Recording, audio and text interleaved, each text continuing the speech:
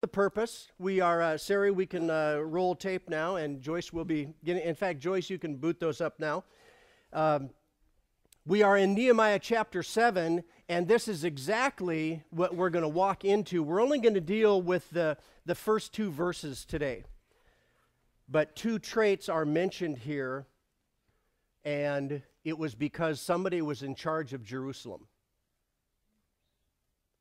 And it mattered to Nehemiah the character of the person who was going to be in charge. Title of the message is this: Two Compelling Traits of a Person. I thought about saying two compelling traits of a leader. That really niches it out in a more specific way, but trying to have a broad base of application, let's roll it into all of our lives, whether we're in a leadership position or not. And really, by default, if we're married, we have leadership positions we fulfill. If we're an employee and oversee anybody, we have leadership positions. Two compelling traits of a person. Nehemiah 7, verses 1 and 2 read as follow from the NIV. After the wall had been rebuilt, and we've been going through this chapter, going through this book, remind me how many days it took to rebuild. I heard it. It was muted. 52 days. A lot of pressure, a lot of pace, a lot of activity, a lot of productivity, lots of accomplishment, almost like spreading mortar and using whatever they did to build the wall, and also with a hand on weaponry, because they accomplished a huge task in a short amount of time, while also trying to stave off their own discouragement, as well as enemies trying to dissuade them from accomplishing the task that they were on. 52 days was amazing. Had rebuilt the wall, and I had set the doors in place. The gatekeepers and the singers and the Levites were appointed. Verse 2, I put in charge of Jerusalem my brother Hanani, along with Hananiah, the commander of the citadel, because he was, what does it say? And? Okay. So there are Nehemiah's top two. I don't know what other things may have been in Nehemiah's mental gateway of things that he sifted through. That's kind of the language of speculation, but it's not speculative about the two he isolated. A man of integrity, and, you know, you get beyond the nepotism side of things. We see all the Sandbergs up here this morning, and he picked his brother. Why? Because he was my brother. Well, it was more noble than that. And he gave him some help. He had Hananiah, the commander of the citadel. But what was compelling about his brother was he had integrity, and he feared God. And then there's that phrase, more than most people do. Kind of suggesting that, is there a barometer there? Is there a gauge there? Like when we supersize a meal and we want more fries, fear of God. Some feared God more than other people. Maybe we have this much, others like fear God this much. Whether we're new into the faith, whether we've been a long-time believer, these were the two compelling traits that were important to Nehemiah. So the 2 points of the message, and I decided I'm only going to get through one of them today. So we're going to have a little bleed over into next week, and that's when we'll deal with the fear of God one. But for the integrity side of things, that's where we will camp this morning. This is not up on the screen, but a functional definition of integrity. We're really talking about honesty. That was mentioned over here. We're talking about being upright. Uprightness, not like I'm sitting up taking nutrition and fully clothed, not upright body posture, but uprightness of character and ethics and morals. Honesty, uprightness, soundness of character. That's who he put in charge. He's overseeing Jerusalem. The exiles have come back. There's a whole bunch of stuff that needs attention. Let's have somebody with integrity there and somebody who fears God.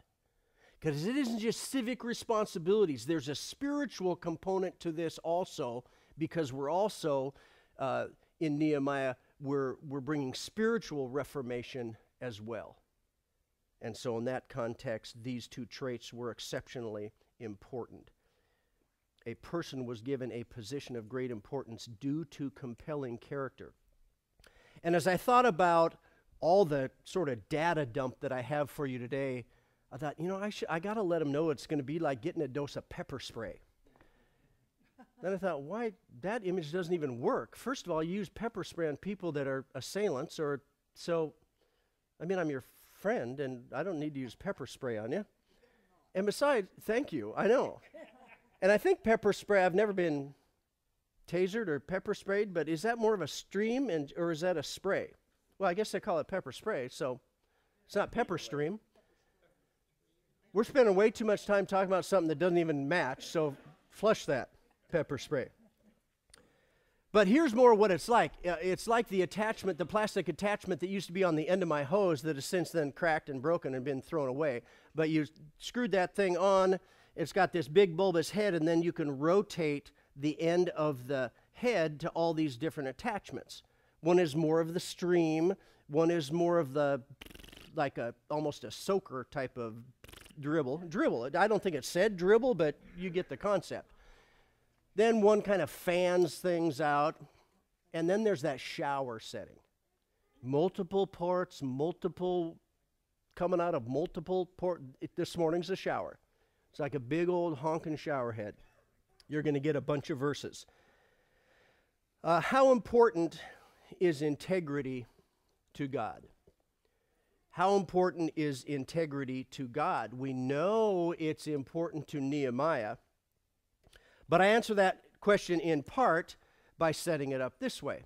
Remember from the Old Testament, King David wanted to build a temple for God.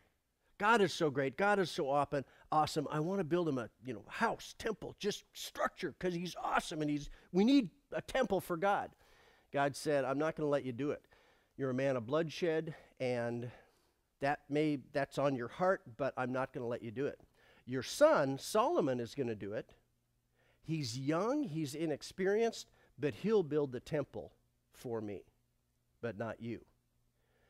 And David, part of David's role was to work with fellow leaders because the temple was going to be built, and he organized a contribution, donation, offering. Let's just bring as much as we can for resources and materials that are going to be needed to build the temple. And it was huge and enormous, and the people were generous and bountiful.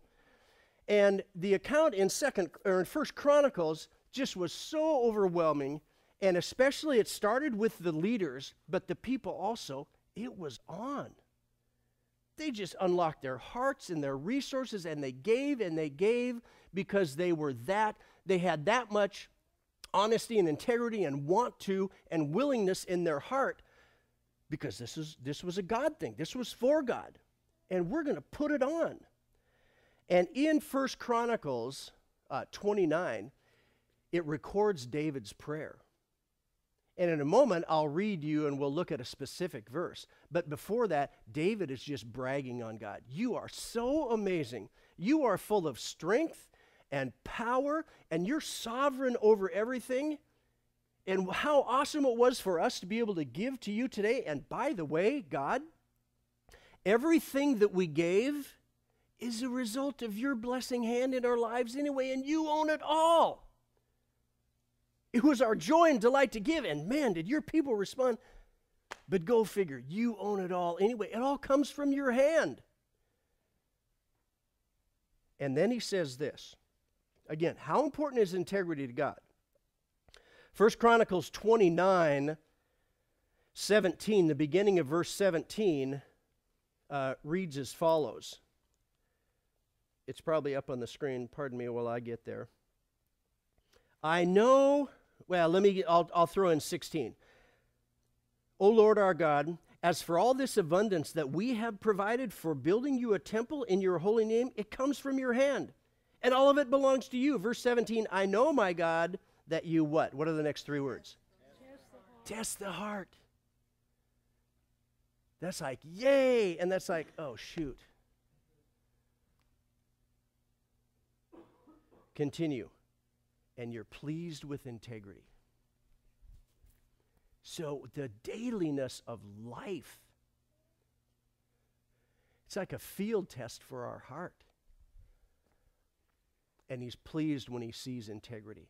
In the context of 1 Chronicles 29, they were giving their stuff for the purposes of building this great place for God. And God saw their heart.